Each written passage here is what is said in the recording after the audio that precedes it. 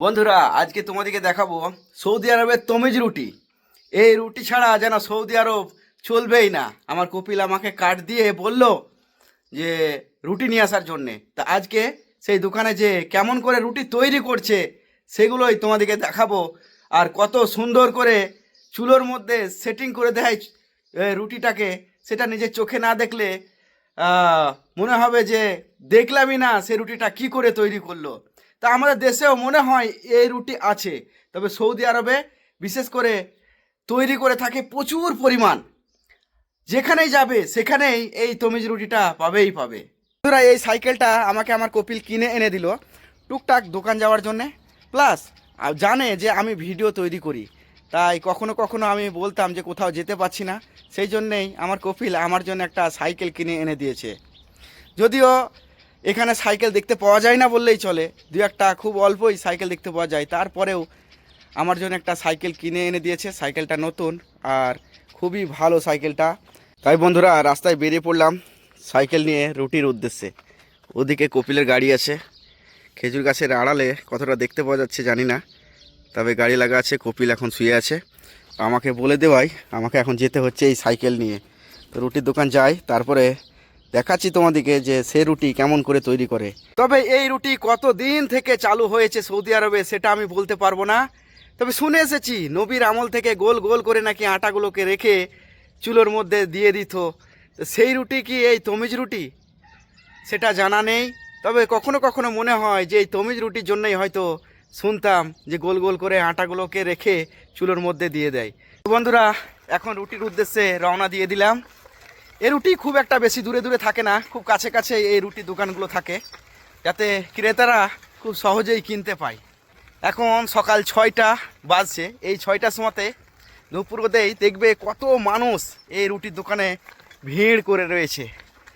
এত ভিড় থাকে যেন সকালবেলাতে লাইন ধরে নিয়ে যেতে হয়। সকালে আর কিছু খাক আর নাই খাক, সকালবেলাতে এই দোকান থেকে রুটি নিয়ে যে রুটি কিন্তু অনেকেই খেয়ে থাকে।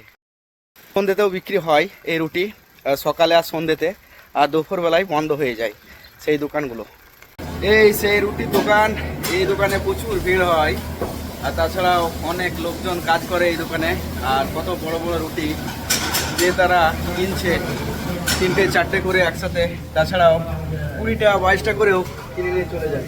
খুব সুন্দর করে করেছে, উপর দিয়ে করেছে যে ধোঁয়াটা থাকে সেই ধোঁয়াটা যাতে বাইরের দিকে বেরিয়ে যায়।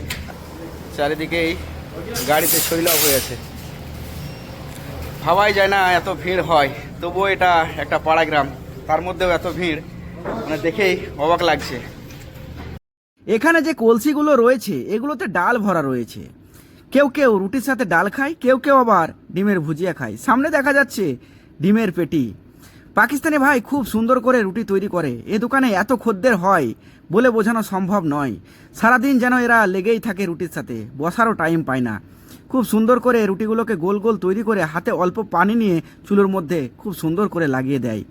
এখন এই শিকের মধ্যে একটা রুটি তুলে দিচ্ছে। এ রুটি একটা খেতে পারলেই সারাদিন যেন কোনো খিদের নামগন্ধই থাকে না।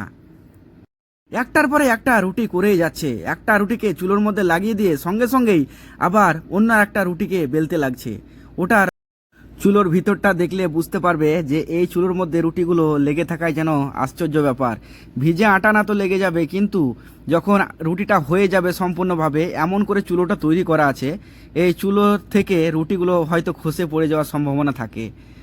তো এখন এই যে লাগিয়ে দিল, কিন্তু যেভাবে আঁচগুলো দেখালাম সেই আঁচে যখন রুটিটা হয়ে যায় তখন কি করে আটকে থাকে সেটাই আমাকে আশ্চর্য লাগে। এখন রুটি নেওয়া হয়ে গেল, এই যে সাইকেলের মধ্যে লাগিয়ে নিয়েছি। এবার চলে যাব আমার রুমের দিকে। আর এই সামনে দেখা যাচ্ছে এটা হচ্ছে এই দোকানেরই অংশ। যারা এখানে বসে খায় তারা এই যে এখানে সিট মিট সব কিছুই আছে। এই যে দোকানের লোকজনও বসে আছে, এমনকি ফর্সাও বিছানো আছে। এদিকেও দোকান আছে, সেলুন এদিকে করেছে এখন। আর তাছাড়াও এদিকে আরও দোকানপাট আছে। এই যে কত দোকানে মালপত্র, আর এদিকে শুধু রাস্তা, কত মানুষজন আসতেই আছে এই রুটি কেনার জন্যে। দেখো সামনে এদিকে মসজিদ, এই মসজিদটা 5 ওয়াক্ত নামাজ পড়ে। আর তাছাড়াও অনেক ঘাসপালা লাগিয়েছে এখানে। আর খুব সুন্দর সুন্দর গাছগুলো হয়েছে, দেখো কত সুন্দর গাছপালা, বেশ ভালোই লাগছে। সকালবেলায় সেরকম লোকজন দেখতেই পাওয়া যায় না, তারপরেও যতটুকুই লোক দেখতে পাচ্ছি সব মানুষই এখন রুটি কিনতে আসছে। আর এখন তো সকলেই নিজের নিজের কাজেই ব্যস্ত থাকবে, নিজের নিজের কাজেই ব্যস্ত আছে। আর যাদের খিদে লেগেছে তারা ঠিকই চলে আসছে এই রুটির দোকানে।